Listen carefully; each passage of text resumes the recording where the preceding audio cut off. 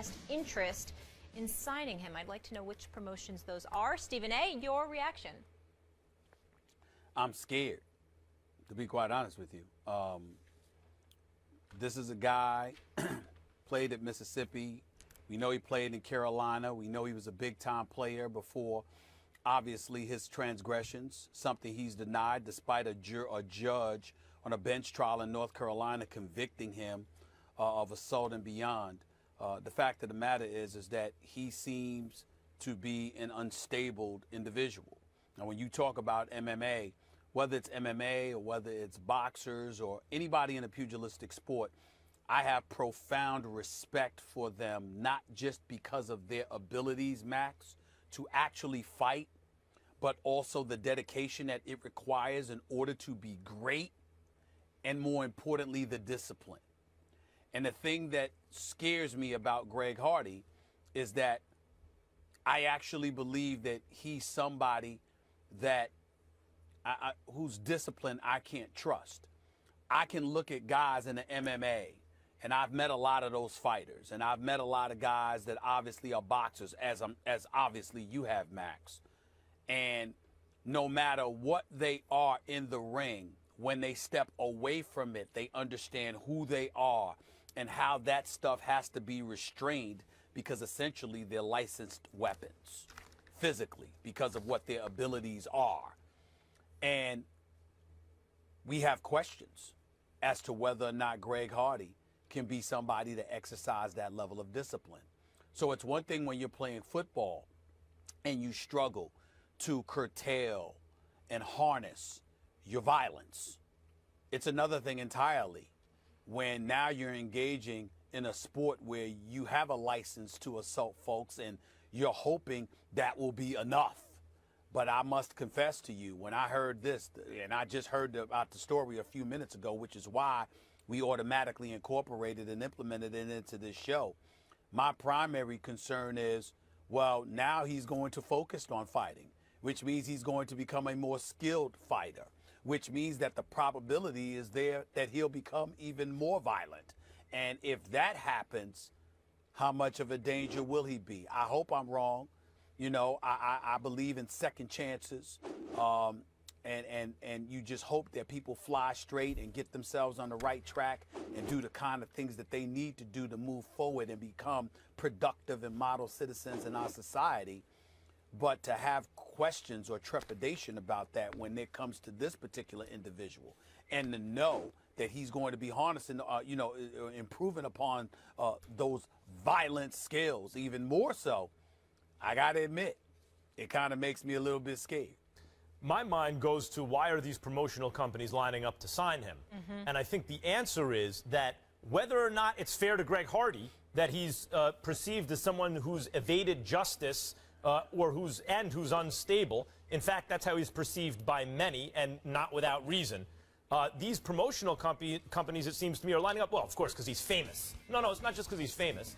It's because you will attract a certain amount of attention from people who are rooting against him, who he's the heel, who want to see him punished for his transgressions or perceived transgressions. He wasn't actually convicted. So the question is, how good will he be as a fighter? Like, will he actually get his comeuppance? And I'm here to tell you that if that's what you're rooting for, that's what you're going to get. He will get his comeuppance in the octagon. Or in MMA, because what we found, look, this is the way let's take the UFC, for example, because that's the brand name in MMA. UFC started before Zuffa bought it. Originally, it was a high-concept idea. It was, who wins, the judo guy or the karate guy, the kung fu guy or the boxer? And there was actually an answer to it.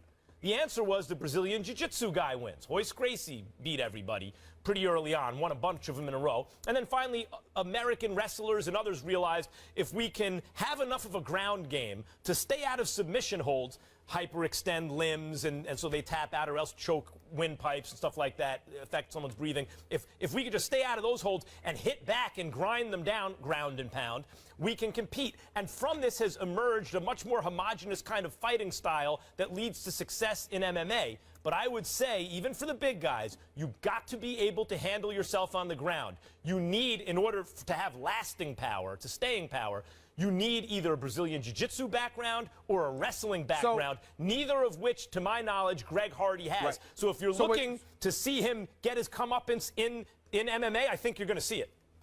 So that's basically what you're saying. For those that can't stand him, for those that are rooting against him, this might be the perfect remedy, because the comeuppance that he did not receive in the legal system, in a lot of our eyes, you believe he's going to receive that in the UFC. Not at first, because if these promotional companies are going to spend a lot of money on him because they think he will draw attention, they will protect him at first. Early on, he'll be put in against opponents who he can beat. But before too long, if he can even get through that phase, he's going to have to fight some real fighters, and at 285, he's going to have to fight some real big fighters with wrestling or jiu-jitsu backgrounds, and then it's going to be a wrap. Well, for me, that might be the case. I guess what I'm thinking about is that somewhere along the way, in order to prepare yourself just to walk into the octagon, you're going to be training and making yourself even better, at a particularly violent sport like that. And if you can't harness your behavior and your discipline off the football field or outside of the octagon, then that makes you even more of a weapon than you were before. That's a point well taken. Supposedly you were doing damage. That's a point well taken. It's a serious thing. It's a real consideration, and hopefully the discipline of fighting will help him bring discipline in his personal behavior. I hope so, because the only thing I want to see him fighting first is his demons.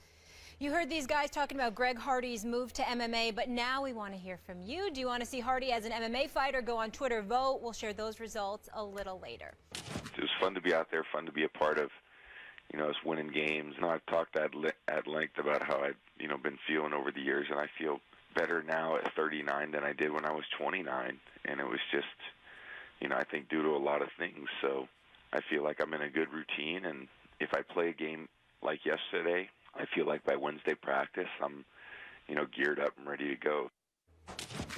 This is going to be good. That was Tom Brady saying he feels better now than he did at 29. They say 30 is the new 20, folks. Will Kane in the house. Good to see you for this conversation. Good to see all you folks. Thank you for joining us. This one's going to be fun. Max, I'd like to come to you, my friend. Yes. Would you still stand by your statement at this point, after hearing Brady's comments, that he feels better now at 39, that he will be falling off a cliff sooner than later? Of course. I said in the next 18 months at the time, because no one plays well at 41. I left out Warren Moon, who had one very good season. That's the only player in the history of football to have a good season at 41. It was something less than his very best, but it was a good season. He passed for 3,600 yards back then, 25 touchdowns, 16 interceptions. Not exactly an MVP season, though he went to the Pro Bowl, and I think he won Pro Bowl MVP that year. But he was something less than an MVP, but a good player. That's the best 41-year-old season ever. Ever. That's it. That's the only one. Now, I mentioned Brian Burke's study, who now works for ESPN, from 2014, where he talked about, and the reason I describe it as a cliff, and when I went to research, maybe there are underlying things that warn you, hey, the cliff is coming. In fact, Brian Burke's research said, no, there are no warnings. There are no warning signs. The guys are cruising along at very high altitudes. They can do this forever. They fall off without warning. Now, an interesting point that Burke brought up is that maybe natural variance in performance can explain it, that, no one stays at the same level every year all their careers, so sometimes you go down, sometimes you go up, but when a player goes down at 40, 41 years old, the assumption by everyone, including the player, is, oh, they must be done. And considering it's a tough sport, and they usually have a lot of money by then, if they made it that long, they decide to retire. Whatever the case may be, I was saying the same thing about Peyton Manning a couple of years ago, and before everyone says, well, of course he had the surgery. Yeah, right. But I'm talking about when he was throwing his 55 touchdowns. Oh, he could do this forever. Peyton could go till 45. Look at this. No, guys, he's heading for a cliff. No, he can go. The next year he was on pace to do the same thing. Wound up with 39 because he started falling off because the injuries started adding up. And then, sure enough, there went the cliff, and he went falling off like every player, including Brett Favre, including everyone who ever lived, who played the position. Tom Brady is cruising along at an incredibly high altitude. He's my pick for greatest quarterback of all time. He will be 40 years old in August. Trying to couch it. Here comes I know you aren't talking about letting someone else speak. Yes, I am. Actually, Go yes, ahead, I Will. am. I promise you, if there was a clock, you dominated. Trust me. Can we get a clock? Okay, let's get a clock. Go ahead. Let's get a clock. I'm up. Go ahead, Will. I thought I was the deciding vote between this epic battle between you two. Oh. No, go No, ahead. no, it's you. Oh, you It's want me to make this rebuttal? You're going to let Yes. me take the reins here, Stephen A. Let me show you what I'm up Yes. against, by the way. I sit down here at the table. You're off in L.A., and look what I'm faced with. This. Can you see that, Stephen A? This is That is a list of all 40-year-old quarterbacks. This is Max's spreadsheet research. of all the quarterbacks Yes. he's ready to throw down here today. Yeah. Right. I don't need it. I don't need it. Right, because you're Here's- not going to talk about facts. Go I'm ahead. going to tell you about facts. By I the don't need way, it, but Will- notice he kept it over there. by the now way- he's referring to it. Go ahead. By the way, Will, before you speak, I'm proud of the shirt, tie, jacket combination. This is kinda the second twinning. week in a row. I'm very, very proud of you. Very proud. You're getting there. My You're getting spot there. on this Go ahead. show is entrenched firmly between you two, Stephen A., because about 30 seconds before we went on air, Max made fun of my shirt. These Here's what I'm curious about with this spreadsheet. identify. Is George Blanda on here? You know, why are you referring to my spreadsheet? That's what I want to know that you just mocked. George Blanda No. played till he's 48 years old. You very kindly pointed out Warren Moon, Vinny Testaverde's in that range as well, Doug Flutie. These guys all played well into their 40s. Now, your contention is that there's a cliff, that Brady's going to hit this cliff. Well, all due respect to that spreadsheet, Max, that's no great insight. That's how things go in this world. Right. Failure. I thought it wasn't, and then everyone started arguing against me. Failure, death, anything kind of happens suddenly. Things go bad, they go bad quickly. The question is when, and this is the thin limb you're out on. Specifically saying soon and in the next 18 months. Nothing about Tom Brady has told you should rely on historical precedent. Nothing. Everything from the start of his career has said he's breaking historical precedent. Lowest rated quarterback to have this kind of career, lowest drafted quarterback to have this kind of career, to play this late in his career. Everything he's done says throw everything out the window, including, by the way, that he's reinventing how you take care of your body. All these other guys you point out, they don't eat like Brady, they don't exercise like Brady, he keeps muscle pliability, that's his main thing. My man eats 80% vegetables and grains, Max. He won't touch a tomato. Well, in that case, he'll be great at 50. He won't touch a tomato because he's worried about inflammation. This guy is prepared to play later than anybody you've ever seen. So what you're saying is, because Brady presents you with the most evidence that maybe he could be the first quarterback ever to be elite at 41, therefore, it's actually a better than 50-50 proposition that it's going to happen, because you're right when you identify. All I'm really saying is everyone gets old. And by the way, at that position, here's the age at which they get old, and people want to argue with me. One last point. These statistics always exist until they don't. Right. No NFL rushing champion had ever won the Super Bowl until Emmitt Smith did. We always have these stats until they're gone. And what I would suggest to you, Tom Brady is going to be the moment of truth for your Tom Brady will precedent. break the odds. Yes. Yeah. Okay. Stephen A, get in here. Stephen A. He has the same coach, the same system. On top of it all, you could barely touch the quarterback in this day and age, and he takes care of his health. To me, Max's position is utterly ridiculous. I've been saying this. I can't believe he's got me agreeing with Will Cain of all people. But I have no choice in this matter, because Will Cain is absolutely right when he points out the stuff that he pointed out. He's eating right, taking care of himself, got the supermodel wife. I mean, he's got it all. And you know, listen, happy wife, happy life. You understand what I'm saying? I mean, he's living large. And we all know, and keep this in mind, Max Kellerman, this is the part where I got you, and I hope you. And I want y'all to put me up on the split screen, because I got Max here. I mean, Max, there is no way you can get around what I'm about to say to you. It's going to blow you away more than anything that I have ever said. Are you ready? Yes. Are you ready for this, Max? Yes, I'm ready. I'm ready too. This is going to be good. I am not married, but you are. The power of stress, the power of happiness elevates people. Stay with me here. You are a very, very happy man.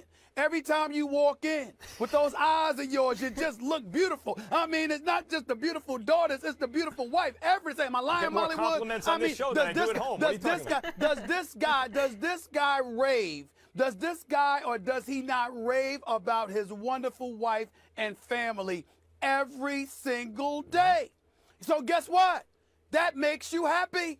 And when you are happy and healthy stay with me, Will, as well. I'm here. This is something that ultimately stretches your lifespan in a lot of different That's ways. true. You're healthier. Can I You're ask the feeling obvious good. question? First Your happily spirit married is up. quarterback? The whole bit. Wait, but I just want to complete this metaphor really quick. So Max is happy and healthy at home, and you're not? Is that what you're saying? You were the other I'm end of not that sa- spectrum. That explains Hold it, why I Tom. win Hold all it, the Tom. debates on this Is that show. why we're elevated? I must confess to you.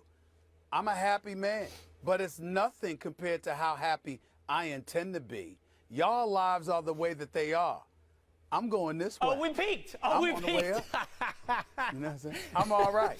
I'm okay. It's coming. It's coming. Life is getting better. And it's closing in on me. It's closing in. The 48-year-old's peaked.